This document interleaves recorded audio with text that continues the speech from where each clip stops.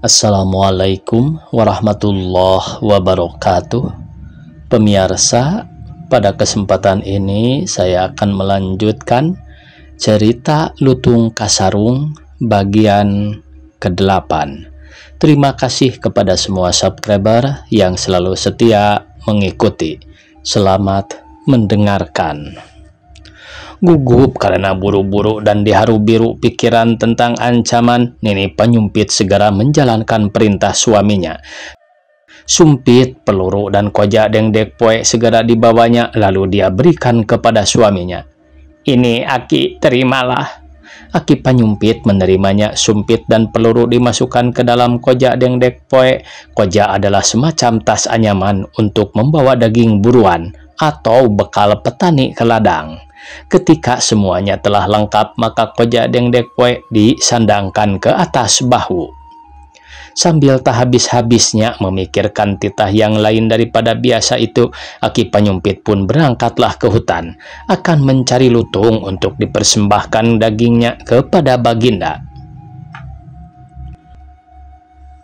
Sebagai pemburu yang sudah kenyang pengalaman, Aki Penyumpit tahu di mana tempat-tempat binatang biasanya berkumpul mencari makan atau minum, ataupun melepas lelah sambil memamah biak. Tetapi hari itu hutan seolah-olah kosong, tak seekor pun binatang yang nampak, jangankan binatang buruan seperti banteng, kijang, menjangan, lembu, babi hutan, ataupun lutung atau monyet. Burung pun tak nampak terbang, tak terdengar berbunyi. Di naungan pohon beringin yang besar di tengah hutan tempat biasanya kijang berkumpul, kini sepi saja. Di tegalan yang menghijau tempat biasanya ratusan kerbau dan banteng merumput, kini hanya lautan hijau menggelombang dilanda angin. Di sungai tempat biasanya banteng datang minum, sekarang hanya terdengar gemercik air yang mengalir di antara batu-batuan belaka. Di atas dahan-dahan buah yang biasanya burung-burung ramai berbunyi, kini senyap saja. Hari sangat terik, hutan seperti mati, panas menganggang, membakar jangat. Melihat keadaan itu, sangat heranlah Aki Penyumpit. Selama hidupnya yang panjang, telah berpuluh-puluh tahun ia keluar masuk hutan rimba untuk berburu. Namun, kejadian seperti hari ini baru sekali itu dialami. Seumur hidupnya yang sudah lanjut, baru sekali itulah dia melihat hutan seolah-olah mati tak berpenghuni. Biasanya titah raja membawa bahagia, titah ratu membawa untung. Tetapi mengapa sekarang bahkan sebaliknya, hutan sepi, tak seekor pun binatang menampakkan diri. Sedangkan titah itu disertai ancaman yang teramat berat. Di mana pula akan kujumpai lutung barang seekor saja? Aki Penyumpit belum putus asa. Ia masih berkeliling dalam hutan akan mencari lutung. Seluruh hutan dijelajahi, juga ke tempat-tempat yang tak pernah didatangi manusia, tempat yang ia sendiri belum pernah kunjungi. Dan Aki Penyumpit baru sekali ini pergi. Namun sia-sia saja, tidak seekor pun binatang yang dilihatnya, bahkan ekornya saja pun tidak. Setelah sendi-sendi tulang kakinya lesuk lantaran lelah, tenaganya pun sudah hampir habis, maka lenyaplah harapannya. Dosa apakah gerangan yang telah kulakukan, sehingga nasib malang dijatuhkan Sang Rumuhun kepada kami sekeluarga? Tanya Aki Penyumpit dalam hati kepada diri sendiri dengan sedih. Dengan kuyuk dan lesu, ia pun segera memutar langkah hendak pulang. Dia teringat kepada istrinya Nini Penyumpit yang telah berpuluh-puluh tahun mengikutinya dengan setia. Nini yang telah memberinya turunan sebanyak 25 keluarga. Bersama Nini Penyumpit, ia telah menghabiskan sebagian besar umurnya yang panjang itu. Selama itu tak pernah ia kembali berburu dengan tangan hampa, tidak pernah ia pulang dengan tidak membawa barang seekor kijang atau mencak sebagai oleh-oleh buat istrinya yang setia itu. Tetapi sekarang, apakah yang hendak dibawa pulang sebagai buah tangan? binatang buruan tak seekor pun nampak. Jika saja ada seekor binatang buruan yang nampak oleh matanya, pastilah ia takkan pulang berlenggang. Sumpit tidak akan nganggur, kojak dengdek poe takkan kosong. Bisa dipastikan bahwa binatang itu akan menjadi korban peluru sumpitnya. Sebab ia tak pernah gagal, sumpitnya pasti mengena, mangsanya pasti roboh terjungkal. Tetapi apa daya, tak seekor pun binatang yang nampak.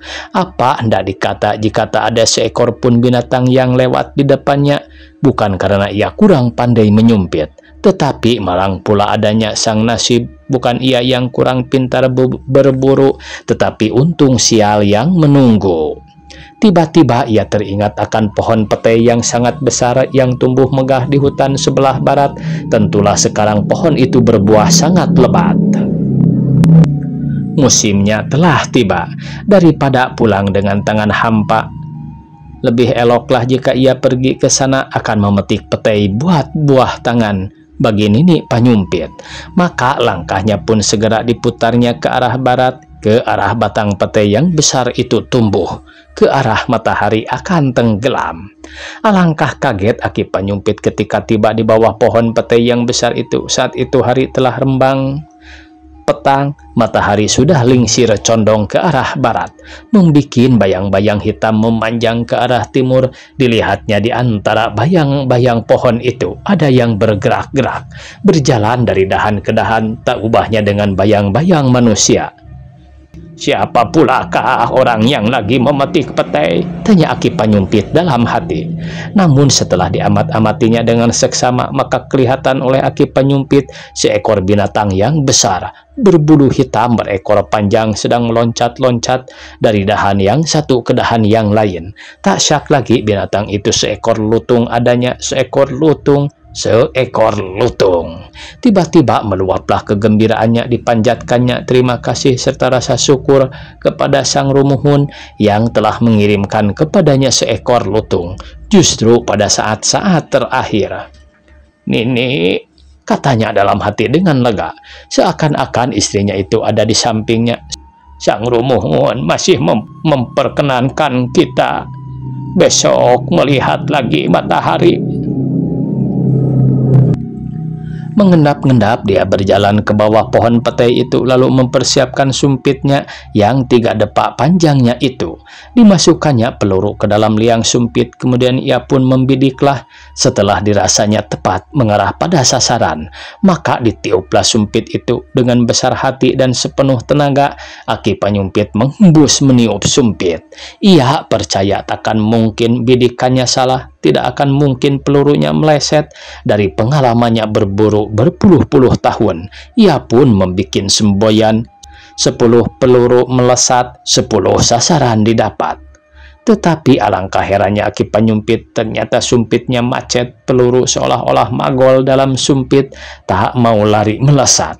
Diperiksanya baik-baik dengan cermat, atau kalau ada yang salah, namun semuanya beres. Tak ada yang salah, tak ada yang rusak. Maka diulanginya lagi membidik lutung yang berbuat seolah-olah tidak tahu ada orang yang berniat jahil kepadanya. Sekali ini pun sumpit Aki Panyumpit macet, diulangi, dan diulangi lagi berkali-kali. Namun peluru sumpit seperti melekat, betapa kerasnya pun Aki meniup, sia-sia saja. Peluru tak juga mau melesat, saking kerasnya meniup. Terasa urat-urat kulit pipinya yang sudah kendor lantaran tua itu mengembang dan terasa sakit, seakan-akan bengkak rasanya. Alangkah mendongkolnya Aki Panyumpit, apalagi karena dilihatnya bayang-bayang pohon makin panjang membujur ke arah timur, tanda matahari makin lingsir. Telah dia periksa dan periksa lagi sumpitnya, kalau benar ada sesuatu yang tak beres. Namun tak juga dijumpai, semuanya betul, semuanya beres. Dan selagi Aki Panyumpit bingung dan hampir-hampir meledak karena amarahnya, terdengar suara. Aki Panyumpit, janganlah menyumpit. Terkejut benar Aki Panyumpit, siapa pulakah orang yang berkata itu? Siapa pulakah gerangan orang yang ada di sana? Dia kira sendirian saja dia di hutan. Alangkah malunya ia lantaran ada orang lain yang mengetahui bahwa ia menyumpit sia-sia. Padahal ia penyumpit terkenal di seluruh negeri. Terkenal sebagai penyumpit ulung yang tak pernah gagal. Jika tidak, takkan mungkin Baginda Prabu Purbanegara mempercayainya. Ia melongok ke kiri, ke kanan, ke belakang, ke atas, ke sekelilingnya, namun tak ada seorang pun manusia yang kelihatan. Binatang pun tidak ada kecuali lutung yang sekarang sedang duduk di atas dahan yang menganjur panjang. Lutung itu memandang heran menyaksikan tingkah Aki Penyumpit. Jadi siapakah yang bicara? Aki Penyumpit bertanya-tanya dalam hati. Jangan-jangan teringat akan setan-setan penghuni hutan. Terbitlah takut Aki Penyumpit. Bulu-bulu kuduknya berdiri. Segera dibacanya mantra-mantra penolak bala mengusir setan siluman yang pernah dipelajari selama dia masih muda.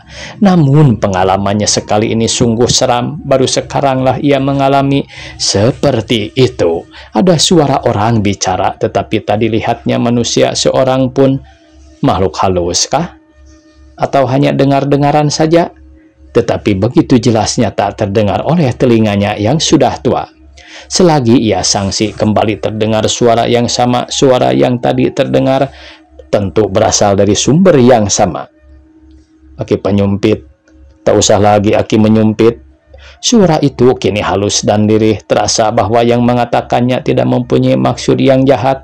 Maka diberani-beranikan Aki Penyumpit berkata, "Siapakah kau makhluk yang berbicara? Mengapa tak kau perlihatkan dirimu, supaya aku tahu bicara dengan siapa? Jika kau setan, pergilah biar jauh. Jika kau siluman, menyingkirlah ke seberang. Jika kau makhluk yang baik, perlihatkan wujudmu." Terdengar suara tertawa mengejek.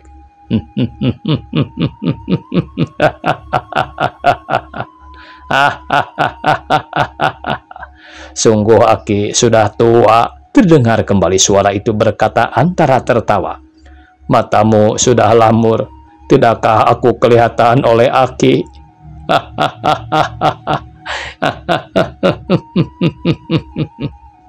Aki Penyumpit memasang telinganya baik-baik hendak memperhatikan dari arah mana suara itu datang. Telinganya sudah terlatih mendengarkan tapak binatang buruan dengan melekapkan daun kuping di atas bumi. Maka setelah disimaknya dengan teliti, tahulah ia bahwa suara itu datang dari arah dahan tempat lutung itu lagi duduk. Tapi tak ada orang di sana, hanya lutung itu saja. Lutung itukah yang berbicara? Benarkah binatang berbulu hitam seluruh tubuhnya serta berekor panjang itu bisa bicara seperti manusia? Mengerti bahasa manusia? Tidakkah itu mustahil benar? Terdengar lutung itu berkata seolah-olah mengerti. "Ya, aku yang bicara, Aki. Tak ada makhluk lain di sini kecuali kita berdua." Terdengar lutung itu berkata seolah-olah mengerti akan apa yang diherankan Aki Penyumpit. Mendengar perkataan lutung yang halus itu, lenyaplah takut Aki Penyumpit, lenyap pula keraguannya. Benarlah gerangan lutung itulah yang bicara. Ya, lutung itulah yang bicara. Binatang itu mengerti bahasa manusia. "Meski usiaku sudah lanjut, mataku masih awas, tetapi mendengar ada lutung bisa bicara bahasa manusia baru sekarang," kata Aki Penyumpit kemudian. "Janganlah menyumpit aku, Aki. Lebih baik angkat sajalah aku sebagai anakmu. Namaku Lutung Kasarung. Aku kesasar sampai ke dalam hutan ini." "Aku mengangkat anak seekor lutung. Alangkah lucunya," kata Aki Penyumpit dalam hati. "Masakan aku beranak angkatkan lutung? Anakku manusia pun sudah terlalu banyak. Ditambah pula dengan seekor lutung. Buat apa? Tetapi biar bagaimanapun aku hari ini mesti mempersembahkan daging lutung kepada Baginda. Apa salahnya jika usul itu kuterima? Baiklah, aku pura-pura mengangkatnya sebagai anak. Kemudian kubawa ke istana. Akan kupersembahkan dagingnya buat santapan Baginda, menembus jiwa kami sekeluarga." Maka kata Aki Panyumpit sambil tersenyum kepada Lutung Kasarung, "Wahai, akan sangat gembira aku mendapat anak angkat, seekor lutung yang bisa bicara. Marilah, nak." Maka kata Aki Panyumpit sambil tersenyum kepada Lutung Kasarung, "Wahai, akan sangat gembira aku mendapat anak angkat, seekor lutung yang bisa bicara. Marilah, nak, marilah kau turun menari pada ayah angkatmu." Lutung Kasarung menurut dengan sekali loncat ia sampai di hadapan Aki Panyumpit. Aki Panyumpit mengambil segulungan tali dari dalam kojak dengdek poe, hendak mengikat lutung itu. Lutung seperti mengerti akan maksud ayah angkatnya, terdengar ia berkata mencegah, "Janganlah aku Aki ikat, aku berjanji tidak akan melarikan diri kemanapun aku akan Aki bawa. Kalau aku hendak lari, mengapa tidak tadi saja? Lagi pula, apa gunanya aku turun menyerahkan diri, jika bukan lantaran ingin menjadi anak angkatmu?" Mendengar perkataan anak angkatnya itu, Aki Panyumpit merasa malu sendiri. Ia merasa dirinya bersalah, maka dimasukkannya tali itu ke dalam kojak dengdek poe kembali.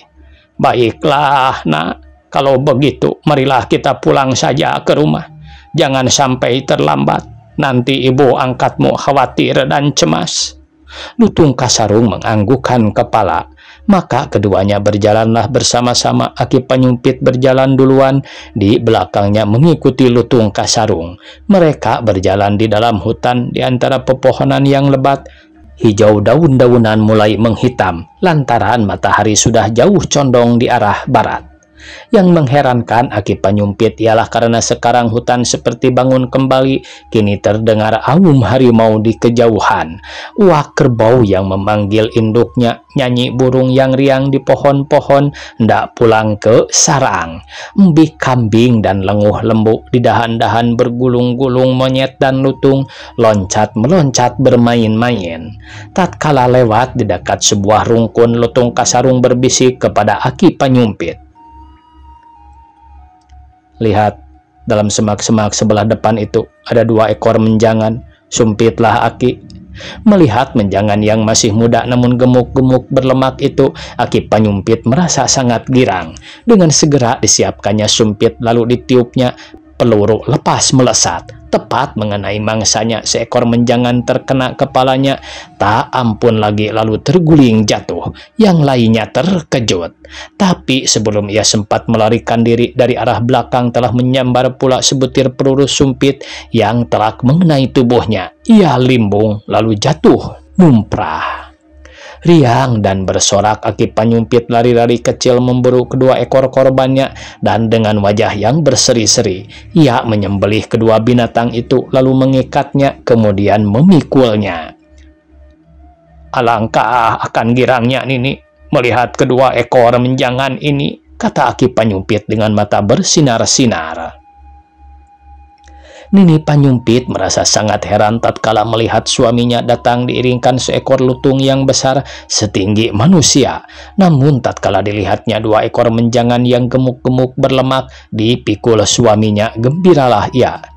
"Duhai, gemuk-gemuk benar menjangan itu, Aki." Aki Panyumpit tertawa senang melihat kegembiraan istrinya. Setelah ia menurunkan bebannya, segera ia pun berkata, "Nini, inilah berkat lutung yang kudapat dalam hutan. Ia bukan lutung sembarang lutung, namun lutung yang bisa bicara seperti manusia. Lutung Kasarung namanya." "Apa?" tanya Nini dengan heran dan mulut ternganga serta mata terbeliak. "Lutung bukan sembarang lutung. Lutung bisa bicara seperti manusia. Betulkah begitu, Aki?" "Iya, memang betul. Bukan lutung sembarang lutung," sahut Aki Panyumpit. "Seharian tadi aku menjelajahi seluruh hutan, namun tak seekor binatang pun kulihat. Jangankan binatang buruan, lalat pun tak nampak. Jangankan lutung, burung pun tak kelihatan. Tetapi setelah kutemukan lutung yang bukan sembarang lutung ini, maka hutan kembali ramai seperti biasa. Binatang berkeliaran, dengan asiknya. Kedua menjangan ini tiba-tiba saja muncul di depan jalanku waktu mau pulang. Adalah Lutung Kasarung yang menunjukkannya kepadaku agar ku sumpit. Tapi Aki, mana mungkin ada lutung bisa bicara? Seumur ku angkat kepala ini di atas leher, tak pernah ku dengar ada binatang mengerti bahasa manusia, kecuali dongengan. Sahut Nini tak percaya. Umurku lebih tua dari Nini. Pengalamanku lebih jauh, lebih banyak. Rantau pun jauh lebih luas ku jelajah. Namun menyaksikan ada lutung mengerti dan bisa berbicara bahasa manusia baru sekarang saja. Dan jika itu pun tak ku dengar dengan telingaku sendiri, tak nanti ku percaya, sahut Aki Panyumpit pula. Sayang benar, tapi ratap Nini, mengapa Aki dapat ia justru pada hari ini, pada waktu Aki mesti melakukan titah burung itu? Aki menekurkan kepala. Ia teringat akan nasib buruk yang bakal dialami anak angkatnya itu kelak di negara. Nini, lutung itu bukan kena tangkap. Sia-sia aku menyumpitnya, tapi ia sendiri turun mendapatkan aku. Katanya hendak memohon agar ku angkat sebagai anak.